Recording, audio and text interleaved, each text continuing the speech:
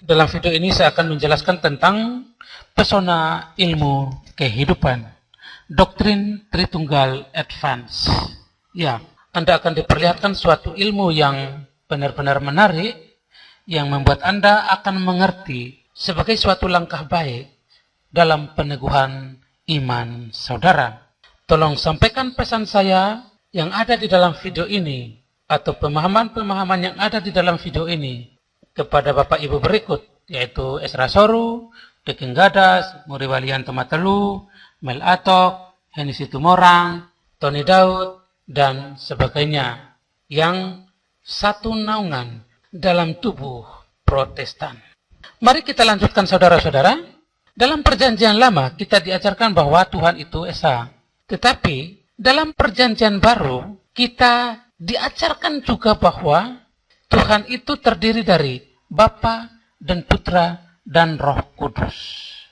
Itu berarti saudara-saudara harus memahami bahwa kedua pernyataan ini tidak saling bertentangan. Sebab Bapa dan Putra dan Roh Kudus adalah Tuhan yang Maha Esa. Demikian sebaliknya, Tuhan yang Maha Esa itu adalah Bapa dan Putra dan Roh Kudus. Pengertiannya harus seperti itu. Jadi saudara-saudara, pernyataan satu dan pernyataan dua saling tergantung dan melekat. Pernyataan satu tidak menyatakan atau tidak menyangkal pernyataan dua, demikian sebaliknya, pernyataan dua tidak menyatakan atau tidak menyangkal pernyataan satu. Pernyataan dua tidak bermaksud untuk menggambarkan Allah dalam tiga oknum yang terpisah, melainkan makna pernyataan dua harus dikembalikan kepada pernyataan satu. Atau dengan kata lain, pernyataan dua tidak boleh ditafsir secara berbeda dari pernyataan satu. Jika dalam analisis Anda ada indikasi bahwa pernyataan dua mengarah pada pengertian yang berbeda dari pernyataan satu, maka harus meninggalkan pengertian yang Anda buat, kembali kepada pengertian pada pernyataan satu. Begitu teman-teman. Jadi saudara-saudara, pernyataan dua, yaitu Bapa dan Putra dan Roh Kudus ini, kita jabarkan menjadi Bapa dan Putra dan Roh Kudus. Inilah Tuhan yang Maha Esa. Pertanyaannya adalah, apakah boleh kita memasang istilah dan satu lagi di bagian yang ada tanda tanya ini? Jawabannya adalah tidak boleh. Sebab akan menghasilkan makna yang berbeda dari pernyataan satu. Perhatikan baik-baik rule tadi. Pernyataan dua tidak bermaksud untuk menggambarkan Allah dalam tiga oknum yang terpisah. Melainkan makna pernyataan dua harus dikembalikan kepada pernyataan satu. Atau dengan kata lain, pernyataan dua tidak boleh ditafsirkan secara berbeda dari pernyataan satu. Itu berarti kita tidak boleh menambahkan istilah dan di sini. Sebab jika kita terpaksa memasang istilah dan di bagian situ, maka akan menghasilkan desain seperti ini. Yaitu, Bapa bukan anak, anak bukan Bapa, anak bukan Roh Kudus, Roh Kudus bukan anak, Roh Kudus bukan Bapa, Bapa bukan Roh Kudus. Artinya, istilah dan digantikan dengan not. Dan hasilnya seperti yang Anda lihat di layar Anda. Dan hal ini akan membuat Anda jatuh ke dalam pemahaman politisme dan keterpisahan. Dan desain ini juga mengandung paradoks logika. Desain ini juga oleh karena sesat, maka menghasilkan doktrin donatur Kristus dan doktrin inkarnasi yang sesat pula. Terkait hal ini, saya sudah jelaskan di video saya yang berjudul Analisis Kesesatan Doktrin Tritunggal. Tetapi saya akan jelaskan sedikit agar dapat membuka pemikiran Anda. Pertama, anak adalah Allah. Kedua, Allah bukan anak. Nah, mengapa Allah bukan anak? Karena ada Allah lain selain anak. Begitu teman-teman. Padahal, jika ada Allah lain selain anak, maka itu berarti jumlah Allah lebih dari satu. Begitu teman-teman. Itu adalah paradoks logikanya. Atau konsekuensi paling puncaknya adalah, jika ada Allah lain selain anak, maka Allah lain itulah yang disebut Allah, bukan sang anaknya. Karena Allah itu cuma satu. Kalau ada yang bilang dua, pasti salah. Begitu loh bro. Maka konsekuensinya, jika Allah bukan anak, maka anak itu pasti bukan Allah. Begitu loh bro. Sehingga doktrin Tritunggal yang desainnya seperti ini menghasilkan doktrin donatur Kristus dan doktrin inkarnasi yang sesat pula. Sebab Allah yang dipisahkan menjadi tiga seperti ini, pasti dalam pikiran mereka, ketiga-tiganya ini adalah roh. Sehingga ketika sang anak yang roh mau datang ke dalam dunia, maka dia harus menciptakan daging bagi dirinya, supaya ke dalamnya sang anak yang roh dapat berinkarnasi. Begitu teman-teman. Sehingga setelah saya melakukan analisis lebih lanjut tentang ketiga doktrin ini, yaitu Tritunggal konvensional, doktrin donatur Kristus, dan inkarnasi, menghasilkan suatu kesimpulan, yaitu bahwa Yesus Kristus bukan Allah. Begitu teman-teman. Lalu, yang benarnya bagaimana? Perhatikan baik-baik saudara-saudara, kita tidak boleh memasang istilah dan pada bagian yang ada tanda tanya ini. Jika istilah dannya itu ada tiga, ya ini letak advance-nya. Jika istilah dannya itu ada tiga, maka istilah dan itu harus diganti dengan not atau bukan. Tetapi pernyataan itu yaitu Bapa dan Putra dan Roh Kudus, istilah dannya cuma dua. Istilah dan cuma dua. Itu menunjukkan bahwa pernyataan Bapa dan Putra dan Roh Kudus tidak dimaksudkan untuk menggambarkan Allah dalam tiga oknum yang terpisah. Melainkan makna Bapa dan Putra dan Roh Kudus itu harus dikembalikan kepada pernyataan satu, yaitu Tuhan itu Esa. Dengan cara istilah dan ini diganti dengan is. Begitu teman-teman. Sehingga Bapa adalah Putra, Putra adalah Bapa. Bapa adalah Roh Kudus, Roh Kudus adalah Bapa. Logis enggak? Logis. Nah, jika Anda merasa kurang logis, atau tidak masuk akal, atau menimbulkan perdebatan logika di dalam pikiran Anda, maka Anda harus menggantinya dengan istilah hikmat, fisik, dan roh. Hikmat itu memiliki hidup di dalam dirinya sendiri, fisik itu memiliki hidup di dalam dirinya sendiri, Roh Kudus itu memiliki hidup di dalam dirinya sendiri. Namun, pemahaman itu tidak mengartikan bahwa Allah itu ada tiga yang terpisah, melainkan tiga yang satu. Itulah Tritunggal. Begitu teman-teman. Jadi, hikmat itu ada di dalam fisik, dan fisik itu ada di dalam hikmat. Antara hikmat dan fisik dalam persekutuan roh. Hikmat yang roh memberikan perintah kepada fisik melalui roh, dan fisik mengakses hikmat melalui roh. Fisik ini keluar dari hikmat. Saudara-saudara, Anda jangan heran melihat fisik. Ketika saya mengatakan fisik adalah hikmat, atau fisik adalah kebenaran, atau fisik adalah roh, itu benar.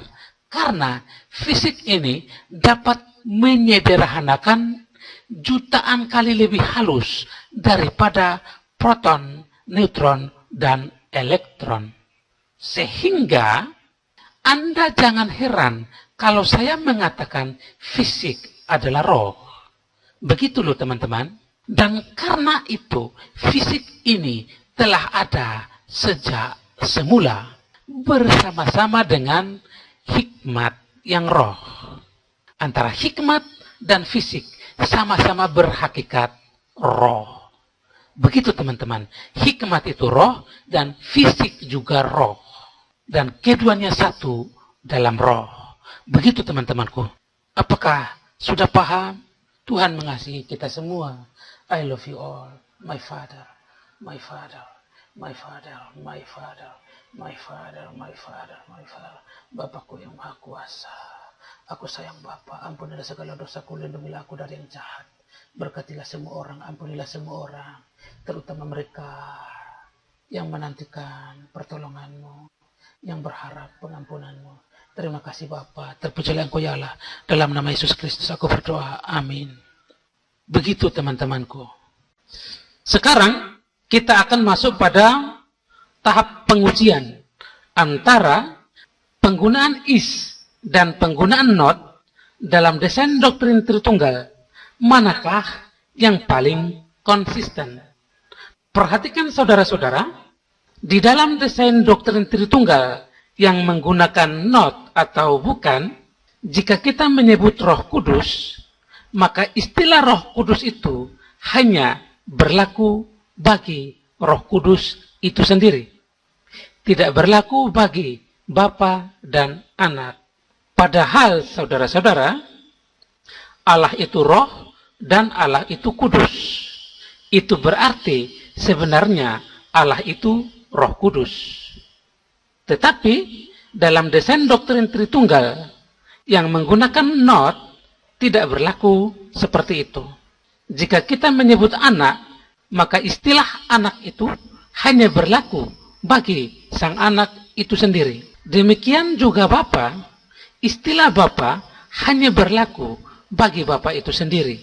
Artinya saudara-saudara, mereka sebenarnya tidak mengenal Bapa itu yang mana. Yang penting bagi mereka, mereka dapat mendefinisikan Bapa itu seperti apa.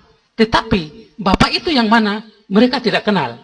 Karena menurut mereka, Bapa itu bukan anak. Begitu teman-teman.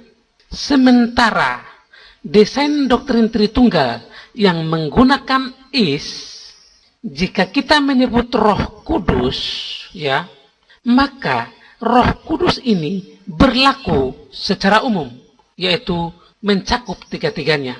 Begitu teman-teman. Kalau kita menyebut putra, maka istilah putra ini berlaku umum, mencakup tiga-tiganya. Demikian pula jika kita menyebut Bapa, maka istilah Bapa ini berlaku umum, mencakup tiga-tiganya. Coba saya bertanya Anda, apakah Yesus Kristus itu Bapa? Pasti Anda akan mengatakan bukan. Padahal jika Anda mengatakan Yesus Kristus bukan Bapa, maka Anda pasti sesat pada saat itu juga. Pasti. Karena Anda pasti akan menyembah Allah lain yang bukan Yesus Kristus. Begitu loh bro. Dan itu Anda akan jatuh ke dalam pemahaman yang salah. Allah itu kan roh, Allah itu kudus. Berarti kalau kita menyebutkan Roh Kudus, yang mencakup tiga-tiganya. Karena desain ini tidak memisahkan, melainkan menguatkan kesatuan, meneguhkan kesatuan, mengikat kesatuan, atau definisi ideal dari kesatuan. Begitu teman-teman. I love you all. Saudara-saudara, Tuhan Yesus memberkati kita semua. Tuhan Yesus mengasihi kita semua. Tuhan Yesus mengasihi kita semua. Hiduplah Engkau Tuhan, hiduplah Engkau Tuhan. Terpujilah Engkau ya Allah. Dalam nama Yesus Kristus aku berdoa. Amin. Dalam nama Bapa dan Putra dan Roh Kudus. Amin. Udah paham teman-teman? Saya ulangi. Desain doktrin Tritunggal yang menggunakan is adalah desain yang menampilkan sebuah definisi yang ideal dari kesatuan. Inilah yang disebut dengan alpha puja Omega. Begitu teman-teman. Jika kita menggunakan istilah hikmat, fisik, dan roh, itu lebih mudah membuat kita lebih paham. Fisik itu disebut roh karena dikandung dari roh, dilahirkan dari roh, dan apa yang dilahirkan dari roh adalah roh. Nah, fisik ini juga adalah pelaksana daripada hikmat ini. Hikmat ini kan hikmat yang roh. Kalau pengetahuan manusia itu kan ya cuma angan-angan kita atau terakses oleh pikiran kita, ya kan? Dan kalau dia sudah terakses dan kita dalami, dia menjadi satu dengan kita, ya kan? Tapi kalau untuk Allah, hikmatnya Allah itu hidup, teman-teman. Hikmatnya Allah itu roh dan hidup. Sehingga memiliki kemampuan untuk mengontrol, mengendalikan, menghidupi. Karena hikmat itu adalah firman. Nah, oleh karena fisik ini adalah pelaksana firman, maka fisik ini sendiri adalah firman. Begitu teman-teman. Oleh karena firman adalah roh, maka sebenarnya fisik ini adalah roh. Udah paham teman-teman? Mari kita sama-sama mencari Tuhan teman-teman. Perihal bagaimana fisik ini lahir dari roh, akan saya presentasikan di video yang lain. Tetapi terkait kewajiban kita untuk mengenal fisik ini, itu sangat wajib bagi seluruh umat manusia. Karena kalau kita mencari Allah, harus dimulai dari fisik. Kalau Anda tidak menghormati fisik, maka Anda tidak dapat menjangkau Allah itu yang mana. Itu hanya angan-angan. Kalau Anda tidak menghargai atau Anda tidak menghormati atau Anda tidak mengasihi yang terlihat, maka yang tak terlihat tidak mungkin Anda kasihi. Itu hukumnya. Begitu teman-teman. Nah, untuk sementara saya mau kasih tahu bagaimana fisik ini datang dengan pembahasan yang sedikit berbeda atau tambahan materi untuk penjelasan pada video sebelumnya. Kira-kira seperti ini teman-teman. Jadi, Allah itu terdiri dari hikmat, fisik, dan roh. Fisik ini adalah pelaksana hikmat atau pelaksana firman. Nah, ketika Allah melaksanakan misi penyelamatan umat manusia, maka ketika dia datang, yang terlihat di hadapan kita, atau di hadapan manusia, atau di mata manusia adalah fisiknya. Sehingga fisik yang sama, kalau mau datang ke dalam dunia, harus merendahkan diri sampai pada kondisi kosong. Sehingga terpenuhi kriteria untuk hidup dalam kehinaan atau menjadi bagian daripada kehinaan atau mengalami kehinaan sebagaimana manusia, bersahabat dengan kondisi hidup yang pas-pasan, menerima kenyataan diri yang sesuai dengan alam ciptaan, menjiwai proses, menghayati proses, ikhlas menjalani proses secara alami, sebagaimana dialami juga oleh manusia. Itu semua adalah perwujudan kasih secara total. Makna kasih di sini bukanlah kasih biasa, kasih yang sangat besar. Saudara bayangkan, Allah itu di tempat yang maha tinggi. Allah itu Allah yang mulia. Oke? Sementara manusia di tempat yang rendah. Terus hina pula. Nah, bagaimana caranya Allah yang maha mulia di tempat yang maha tinggi tadi bisa menjangkau atau bisa berbicara atau bisa berinteraksi secara langsung, secara nyata dengan manusia yang hina tadi? Itulah kualitas kasih yang diwujudkan secara total. Karena kasih ini sendiri adalah Allah, maka kasih itu menuntut Allah untuk berkorban, memberikan pengorbanan, sehingga kualitas pengorbanan itu sendiri adalah Allah. Kasih adalah Allah, kasih menuntut pengorbanan, dan oknum yang berkorban adalah Allah itu sendiri. Sehingga makna pengorbanan yang terpresentasi dari kasih adalah Allah itu sendiri. Sehingga jalan pengorbanan terbuka. Jalan pengorbanannya itu bagaimana? Jalan pengorbanannya itu adalah dia harus mengosongkan diri. Cara mengosongkan dirinya adalah menjadi janin. Kalau Allah yang sama menjadi janin, itu berarti benar-benar kosong. Begitu teman-teman. Tetapi alurnya saya mulai dari menjadi anak kecil. Karena saya ingin mengingatkan teman-teman atau kita semua bahwa kalau kita mau melihat kerajaan Allah, kita harus menjadi anak kecil. Anak kecil yang polos, anak kecil yang murni, anak kecil yang memiliki kualitas hati yang menerima.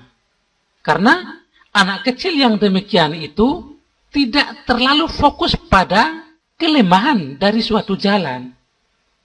Misalkan Allah sudah menetapkan jalan, tetapi karena Anda itu pintar dan cerdas, Anda menilai jalan itu, Anda melihat kelemahan daripada jalan itu, sehingga kelemahan daripada jalan itu menjadi tembok penghalang bagi Anda, sehingga Anda tidak berjalan melalui jalan itu.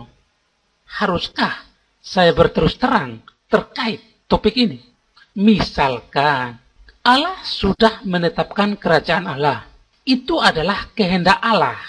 Karena dalam cara itu, umat menjadi satu tubuh. Ya kan? Tetapi Anda sebagai orang pintar, yang Anda lihat adalah orang-orang atau mesin-mesin yang mengoperasikan kerajaan Allah ini. Kalau orang-orangnya bejat, maka Anda menganggap kerajaan Allah itu rusak. Sehingga Anda tidak menghiraukan kerajaan Allah itu lagi. Dan Anda mengambil jalan yang berbeda daripada jalan yang dikehendaki oleh Allah itu. Begitu teman-temanku.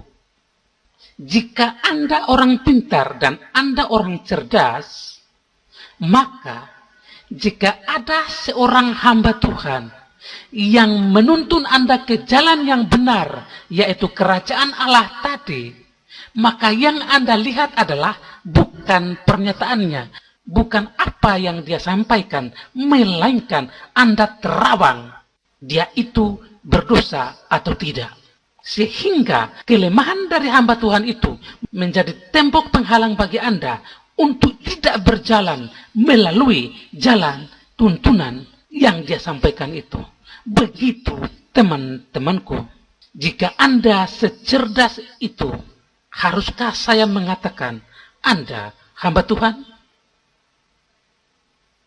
Perhatikan saudara-saudara.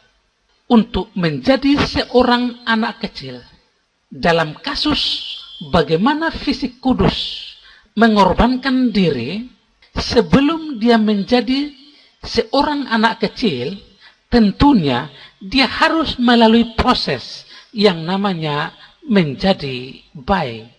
Nah, untuk bisa menjadi bayi, dia harus lahir dari seorang perempuan. Dalam hal ini, perempuan darah. Untuk bisa lahir dari seorang perempuan, dia harus berdiam di dalam kandungan perempuan. Dalam hal ini, perempuan darah bernama Maria. Untuk bisa ada di dalam kandungan perempuan darah, dia harus menjadi janin. Nah, sampai di sini, saya mau menyampaikan poin yang sangat penting. Perhatikan saudara-saudara, apakah Anda mau mengatakan Sebelum dia menjadi janin, dia pasti embrio dulu. Jika dia harus menjadi embrio dulu, apakah dia harus melalui tahap yang namanya zigot dulu? Jika iya, apakah dia harus melalui apa yang namanya konsepsi? Jika Anda berpikir seperti itu, Anda pasti salah. Sebab kelahiran Yesus Kristus bukan karena keinginan seorang laki-laki. Lalu, bagaimana pula kita mau mengatakan itu adalah konsepsi? Oleh karena kelahiran Yesus Kristus bukan karena keinginan seorang laki-laki, maka konsepsi itu sendiri hanyalah asumsi. Begitu teman-teman. Apakah teman-teman sedikit mengerti? Jika saudara-saudara belum puas, saya ingin menunjukkan penjelasan lain yang berbeda daripada itu. Sebab makna daripada janin adalah manusia. Itu berarti menjadi janin memiliki makna yang sama dengan menjadi manusia. Pertanyaannya adalah, apa yang menjadi manusia? Bukankah fisik kudus tadi? Jika fisik kudus tadi adalah firman, oleh karena dia adalah pelaksana firman, maka sebenarnya fisik yang sama telah menjadi manusia. Karena poin tentang menjadi manusia kita hubungkan dengan Yohanes 1:14, yaitu firman itu telah menjadi manusia. Makna daripada firman itu telah menjadi manusia dikembalikan kepada menjadi janin. Karena janin adalah manusia. Menjadi janin berarti menjadi manusia. Yang menjadi manusia adalah firman. Firman itu adalah pelaksana firman. Padahal pelaksana firman adalah fisik kudus tadi, yaitu Allah itu sendiri. Dan karena Allah sendiri yang datang ke dalam dunia, makna daripada firman menjadi manusia ini adalah anak manusia datang ke dalam dunia. Teman-teman tidak punya pilihan lain selain dua poin penjelasan ini. Antara Anda pilih jalur merah ataukah jalur kuning. Kalau saya memilih jalur yang kuning. Begitu teman-teman. Dia adalah roti hidup yang turun dari surga. Roti itu daging. Berarti daging hidup, bro. Daging hidup itu Allah. Apalagi?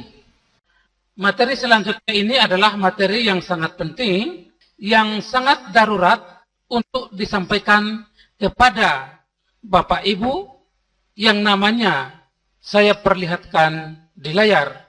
Saya perlu kasih disclaimer bahwa saya menyebutkan nama mereka bukan untuk mencemooh mereka, tetapi menunjukkan suatu kasih yang tidak rela kalau mereka jatuh. Begitu teman-teman. Saya tidak bermaksud untuk melawan hukum, tetapi saya adalah seorang pencari Tuhan dan saya menyampaikan kepada mereka apa yang saya temukan. Dan saya juga menyampaikannya secara adil. Sebab apa yang saya sampaikan adalah ilmu, pengetahuan. Mari kita mulai dengan membaca surat cinta kepada kekasih jiwa. Kehendak Allah adalah keutuhan jiwa Allah.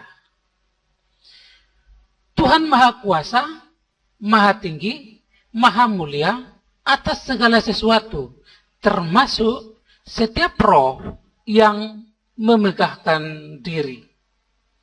Tuhan yang sama juga merendahkan diri untuk menggapai belahan jiwa sang kekasih hati yang bahkan tak sanggup menolong dirinya di bawah batas kesederhanaan.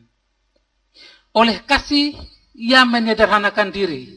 Oleh kemurahan hati, ia bergaul karib dengan mereka, dan oleh air mata kasih, ia memeluk mereka yang hina. Mereka yang sederhana adalah mereka yang kecil, dan mereka yang kecil berpikir sederhana. Kesederhanaan hati tak mengandung keraguan. Mata yang melihat sumber air tak meragukan kesejukannya. Dalam kesejukan ia memperdengarkan suaranya. Wahai kekasihku, wahai belahan jiwaku, ikutilah kehendakku, sebab kehendakku adalah keutuhan jiwaku. Jiwaku adalah kerajaanku, bertumbuhlah di dalamnya, supaya engkau subur dan berbuah banyak. Itulah surat cinta kepada Bapak Ibu yang saya sebutkan namanya tadi. Pesona ilmu kehidupan, pedang kebenaran. Umat Katolik yang dicuri oleh Martin Luther harus segera masuk kembali ke dalam Katolik Roma, sebab Katolik Roma adalah kerajaan Allah. Berikutnya, menurut ilmu pengetahuan dan bukan menurut saya, Protestan adalah lembah kematian. Sebab saudara-saudara, mari kita perhatikan bahwa Martin Luther adalah antikris. Itu berarti Protestan bukan Kristen. Perihal Martin Luther antikris, saya sudah buktikan dalam video yang berjudul Martin Luther antikris. Dan Protestan bukan Kristen juga saya sudah buktikan dalam video yang berjudul Protestan bukan Kristen. Oleh karena Martin Luther antikris dan Protestan bukan Kristen, maka orang-orang yang menjadi pengikutnya atau berkecimpung di dalamnya, seperti Ezra Soru, The King Gadas, Muriwalian Tomatelu, dan orang-orang yang saya sebutkan namanya di sini, hanyalah sekumpulan nabi palsu dan guru palsu. Ini bukan menurut saya, tetapi menurut ilmu pengetahuan. Apakah saya takut dipenjara? Tentu tidak. Karena kalau saya tidak sampaikan, siapa yang akan sampaikan? Oleh karena mereka-mereka ini adalah nabi palsu dan guru palsu, maka sebenarnya mereka adalah sekumpulan orang-orang yang mencuri jemaat Allah, memberontak terhadap kerajaan Allah, membangkang dari kerajaan Allah, mengkhianati kerajaan Allah, dan memegahkan diri terhadap kerajaan Allah. Dan mereka memiliki satu ajaran yang bernama sola fide. Inilah doktrin yang ditemukan oleh Martin Luther dan diikuti oleh para pengikutnya ini untuk menjerat jemaat Allah. Menurut mereka, makna daripada sola fide adalah iman dulu baru berbuat baik, atau berbuat baik itu merupakan buah dari iman. Doktrin sola fide ini mereka kemukakan setelah mereka melakukan perubahan terhadap isi kitab suci.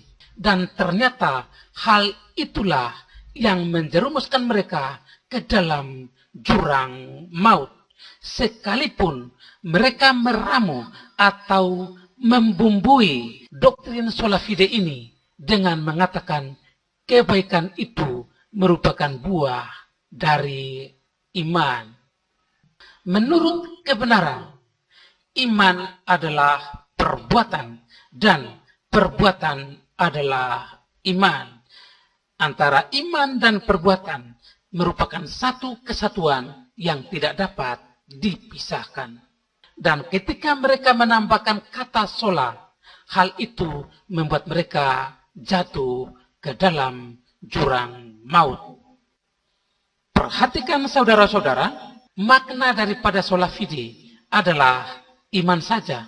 Apakah saudara-saudara tahu bahwa makna dari iman saja adalah tanpa perbuatan atau tanpa ketaatan? Apakah Anda tidak terima? Saudara-saudara, sekalipun Anda hanya berijazah SMA, Anda pasti akan tahu bahwa makna daripada iman saja itu artinya tidak ada perbuatan di dalamnya. Iman saja, bro. Iman saja itu tidak perlu perbuatan. Karena perbuatan otomatis tertiada atau ditiadakan di sana. Kita tidak boleh dibodohi. Nah, karena itu saudara-saudara, mereka sebenarnya adalah sekumpulan para kambing. Maksud saya kambing yang dijadikan perumpamaan di dalam kitab suci. Dan kambing ini dipisahkan dari domba untuk dilemparkan ke dalam neraka. Saudara perhatikan, sola fide ini iman saja. Makna daripada iman saja ini adalah tanpa ketaatan. Itu berarti makna daripada sola fide adalah iman tanpa perbuatan. Nah, oleh karena iman tanpa perbuatan, maka mereka mati. Sebab iman tanpa perbuatan adalah mati. Apakah teman-teman sudah nangkap? Lalu, bukankah sebenarnya mereka ini adalah sekumpulan orang percaya? Iya, mereka ini percaya. Tetapi jatuhnya ke dalam Matius 7:21. Bukan setiap orang yang berseru kepadaku Tuhan, Tuhan yang akan masuk ke dalam surga, melainkan mereka yang melakukan kehendak Bapakku yang di surga. Jadi, mereka memang berseru kepada Tuhan, Tuhan, Tuhan, tetapi mereka tidak melakukan kehendak Allah. Kehendak Allah itu yang mana? Kehendak Allah yang dimaksud adalah jemaat menjadi satu tubuh di dalam kerajaan Allah. Begitu teman-teman. Nanti selanjutnya saya akan jelaskan kerajaan Allah itu yang seperti apa. Dan karena itu teman-teman, mereka adalah ibarat pohon yang tidak berdaun dan tidak berbuah. Mereka juga diibaratkan sebagai lalang di antara gandum yang pada akhirnya akan dicabut dan dibakar. Ini adalah materi yang sangat penting yang harus saya sampaikan. Ini adalah satu poin yang menjadi alasan bahwa mereka harus segera mengembalikan jemaat Allah yang dicuri oleh Martin Luther ke dalam Katolik Roma. Dan mereka sendiri yang namanya saya sebutkan di sini harus bertekuk lutut. Apakah kalian punya rendah hati? Mari kita lanjutkan teman-teman. Katolik Roma adalah kerajaan Allah. Wahyu 13:5-10. Mengapa bisa begitu? Karena Yesus Kristus adalah tubuh fisik. Oleh karena tubuh fisik Yesus Kristus itu adalah raja, maka pasti dia memiliki kerajaan fisik. Dan disitulah jemaat Allah berhimpun menjadi satu tubuh.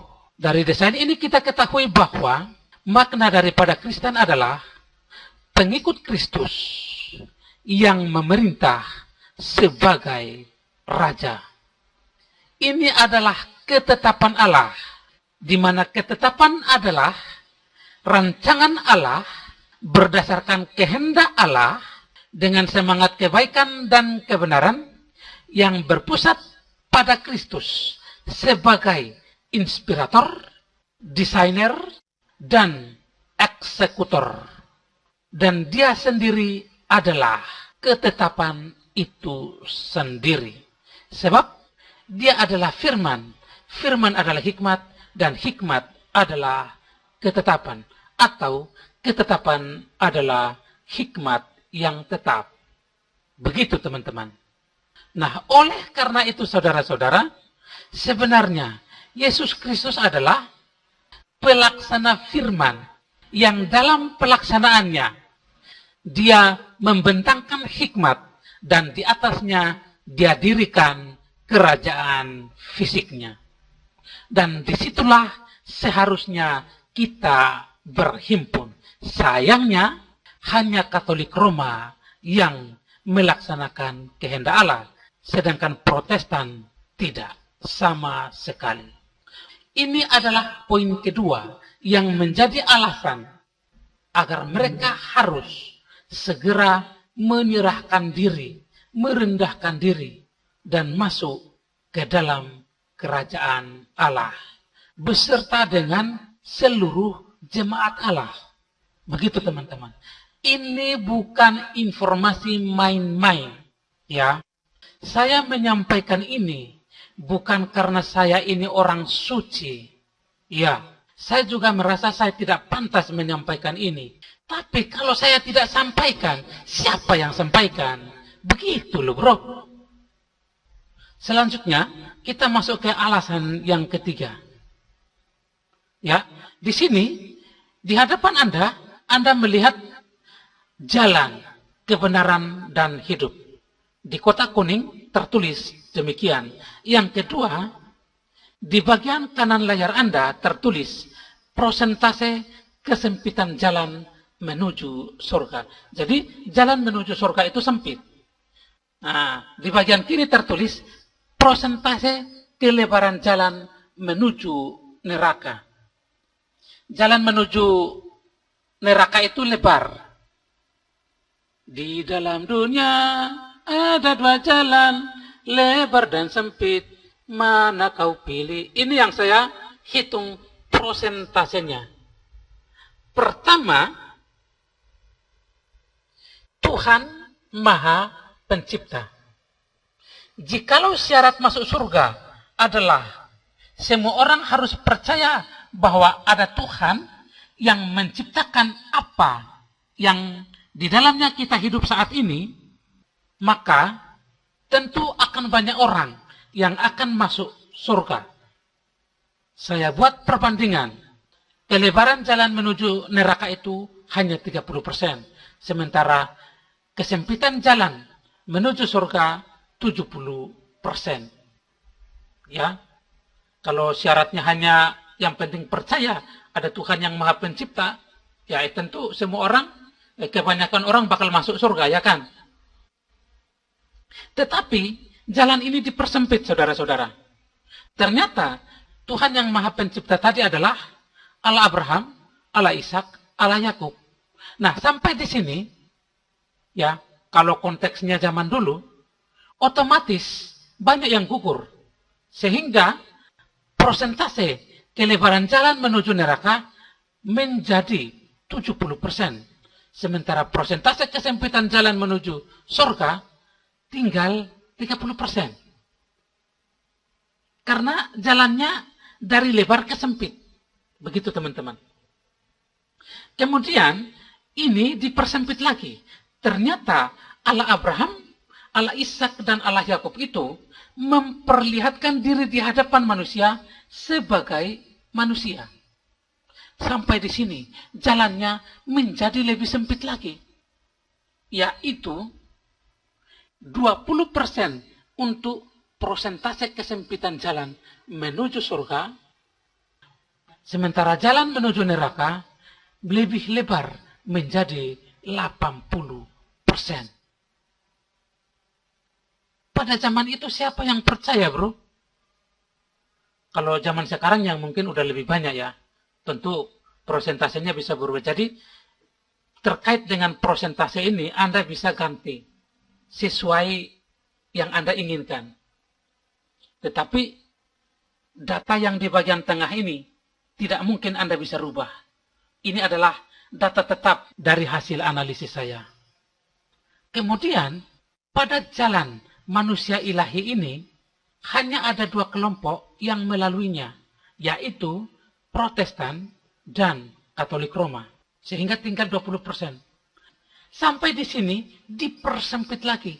Ternyata manusia ilahi ini adalah oknum yang melaksanakan kehendak Allah, di mana kehendaknya itu adalah jemaat menjadi satu tubuh di dalam kerajaan Allah.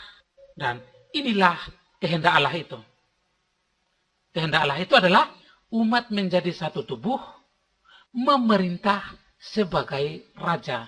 Sayangnya hanya Katolik Roma yang melakukan kehendak Allah ini, sehingga jalan menuju neraka menjadi semakin lebar, yaitu 90%.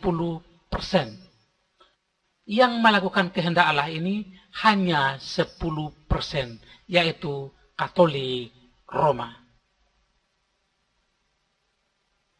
Kemudian, dari 10% ini, hanya ada 9% yang menunjukkan pengabdiannya di dalam kerajaan Allah. Menunjukkan ketaatan, kesetiaan, kesungguhan, bertumbuh dan berbuah di dalam kerajaan Allah. Ini adalah 9%. Sementara 1%-nya adalah orang-orang yang melakukan kejahatan di dalam kerajaannya. Kok kenapa enggak 3%? Ya karena 2%-nya itu bertobat pada saat 1 detik terakhir mereka mau mati. Jadi yang berhasil masuk neraka itu cuma 1%. Nah gitu. Nah, dari 9% ini, orang-orang yang menunjukkan pengabdian, ketaatan, kesetiaan, kesungguhan, ternyata ya 2% diantaranya itu mengambil jalan yang paling sempit, yaitu membuat diri tidak menikah. Ini adalah jalan yang paling sempit. Nah, kalau Protestan kayaknya tidak bisa. Makanya mereka hanya berada di angka kesempitan jalan menuju surga yang 20% itu. Nah, dari 2% orang yang membuat diri tidak menikah ini, 1% dari mereka adalah sempurna. Ya, jadi dari 9%, 2% diantaranya membuat diri tidak menikah oleh karena kerajaan Allah, ya kan? Itu adalah jalan yang paling sempit. Nah, dari 2% ini, ternyata 1% diantaranya itu adalah sempurna. Nah, 1% yang sempurna ini berjumlah 144.000. Begitu teman-teman. Jadi, mengenai data yang tengah, kuning dan merah ini data tetap yang tidak boleh dirubah. Sementara prosentasenya bebas. Anda mau ubah menurut kehendak Anda sendiri juga bisa. Tapi yang jelas, data tengah ini menunjukkan bahwa ada jalan yang lebar dan ada jalan yang sempit. Begitu teman-teman. Jadi, kalau Anda mau masuk surga, Anda harus masuk yang 9% ini. 9% ini adalah orang-orang yang melakukan kehendak Allah. Begitu teman-teman. Nah, 1% yang berhasil masuk neraka ini, ya karena memang mereka itu orang-orang yang dibaptis secara Katolik, tetapi rohnya mereka itu roh-roh tradisi yang gak enak. Roh-roh apa? Roh-roh kejauhan, roh-roh okultisme dan sebagainya. Tapi sayangnya mereka giat banget, rajin banget. Ya itulah yang susahnya kita menilai orang itu. Ya.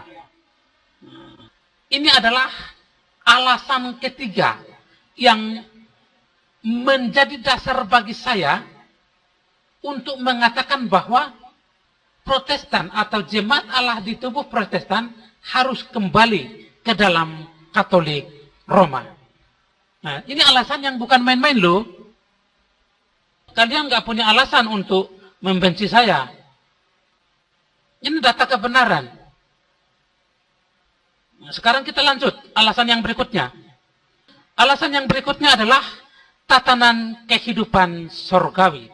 Jadi sebenarnya saudara-saudara, Yesus Kristus adalah surga. Dan karena itu, setiap orang yang melakukan kehendaknya adalah warga surga. Udah paham? Nah, karena Yesus Kristus adalah Raja, sementara dia juga adalah surga, maka sebenarnya Yesus Kristus adalah kerajaan surga. Dan setiap orang yang berhimpun di dalam kehendaknya adalah warga kerajaan surga. Begitu teman-teman. Menjadi satu tubuh yang namanya tubuh Kristus. Ini adalah tatanan kehidupan surgawi yang berlangsung sampai selama-lamanya. Dan pada akhir zaman, tatanan kehidupan surgawi inilah yang akan ada dan tetap selama-lamanya.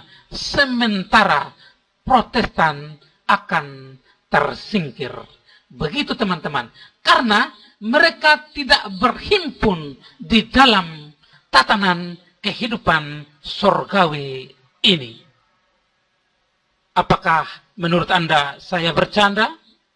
Pembuktian mengenai Yesus Kristus adalah surga. Anda bisa nonton di video yang berjudul Yesus Kristus adalah surga. Nah, rumah roti itu adalah rumah kehidupan. Dan juga totalitas keberadaan dari Allah yang Maha Kuasa berkenan diam di dalam Yesus Kristus. Itu berarti sebenarnya Yesus Kristus adalah rumah Bapa. Nah, rumah Bapa itu adalah surga. Begitu teman-teman. Apakah teman-teman memahami ini?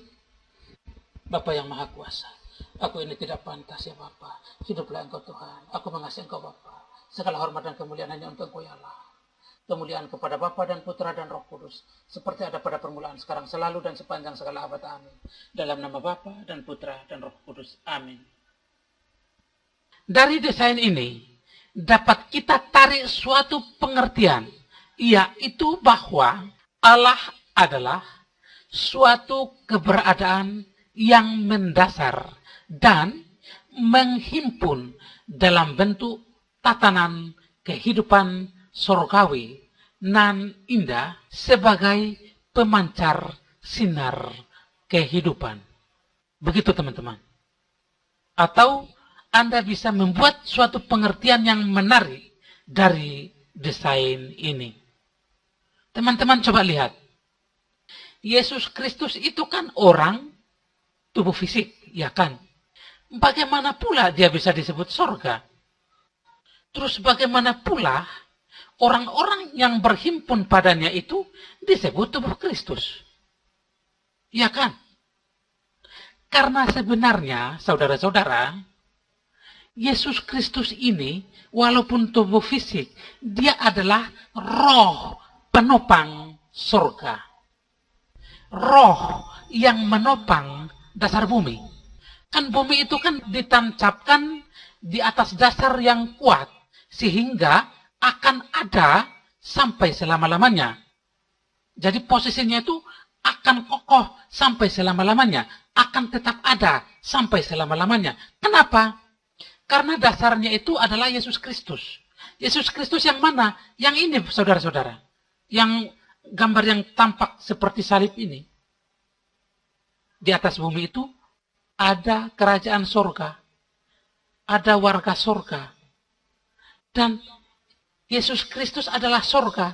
Itu berarti ketika Yesus Kristus mendirikan jemaatnya di atas bumi, itu berarti dia membawa surga turun ke bumi. Begitu teman-teman. Udah pahamkah? Sehingga tatanan kehidupan surgawi ini akan terus ada sampai selama-lamanya dalam waktu yang tidak berkesudahan. Begitu teman-teman. Nah ini kita harus kasih tahu teman-teman Protestan segera masuk ke dalam kerajaan surga yang ada tatanan kehidupan surgawinya. Begitu loh bro. Kalian tidak bisa main-main. Kalian mau salahin saya tidak bisa. Ya. Udah paham ya? Jadi tolonglah. Masa manusia nggak punya dosa? Seperti Mel Atok itu kan ya. Dia bilang dia itu tidak punya dosa. Tingkah lakunya baik, ya kan? Tapi menurut data ini dia seorang pendosa bro. Pembangkang, penjahat. Bagaimana nih? Ini orang-orang yang bakal celaka itu yang model begini. Merasa tidak punya dosa. Justru kami orang berdosa yang diberikan hikmat seperti ini. Tolonglah, ya. Biasa aja, saya ini orang kecil gimana toh? Mana ada orang besar yang mau kasih tahu kalian seperti ini? Orang besar itu dia punya urusan sendiri. Hanya kami orang kecil ini yang bisa sampaikan ilmu yang sangat penting seperti ini. Ya tolonglah. Kalian mau sampai mana? Kalian tidak punya jalan lain selain bertobat. Kalau saya tahu pengetahuan seperti ini, kalau saya diam-diam, saya malah mati, bro. Ya, sudah ya. Saya juga agak gimana ya? Saya bingung juga ya. Kita sampaikan, mereka bilang kita apa ya? Tapi saya yakin mereka nggak punya alasan untuk memberontak sih. Mereka nggak punya alasan untuk membenci saya sih. Emangnya buat apa saya membenci mereka itu? Karena saya kasihan mereka, maka saya kasih tahu ini. Ya, cukup sudah ya. Semoga mereka mau belajar dari apa yang saya sampaikan ini. Kita ini kan cuma manusia tuh, bro. Kalian mau membangkang sampai mana? Apa yang saya sampaikan ini adalah kebenaran. Kalian jangan terlalu membangkang lah ya. Apa yang benar itu benar. Salah itu salah. Ya, jika kalian tahu cara berbuat baik, kemudian Anda tidak melakukannya, itu Anda dosa loh. Nah, jadi kalau Anda ingin menyelidiki apa yang saya sampaikan ini bisa. Jadi segera kalau bisa. Tinggal rendah hati, kemudian menjadi orang yang jemaat biasa, kemudian menyerahkan diri ke dalam Katolik Roma. Gitu loh. Udah ya? Kita berdoa dulu. Dalam nama Bapa dan Putra dan Roh Kudus. Amin. Bapa yang Maha Kuasa. Bapa, hiduplah Engkau Tuhan. Ampunilah segala dosa. Lindungilah aku dari yang jahat. Aku sayang Bapa. Hiduplah Engkau Tuhan. Kasihilah semua orang yang mengasihi Engkau. Terutama mereka yang memuliakan Engkau. Memuliakan namamu. Meluhurkan namamu. Di dalam nama Putramu Yesus Kristus Tuhan kami. Allah Abraham. Allah Ishak. Allah Yakub. Segala hormat dan kemuliaan hanya untuk Engkau ya Allah. Dalam nama Putramu Yesus Kristus kami berdoa. Amin. Dalam nama Bapa dan Putra dan Roh Kudus. Amin.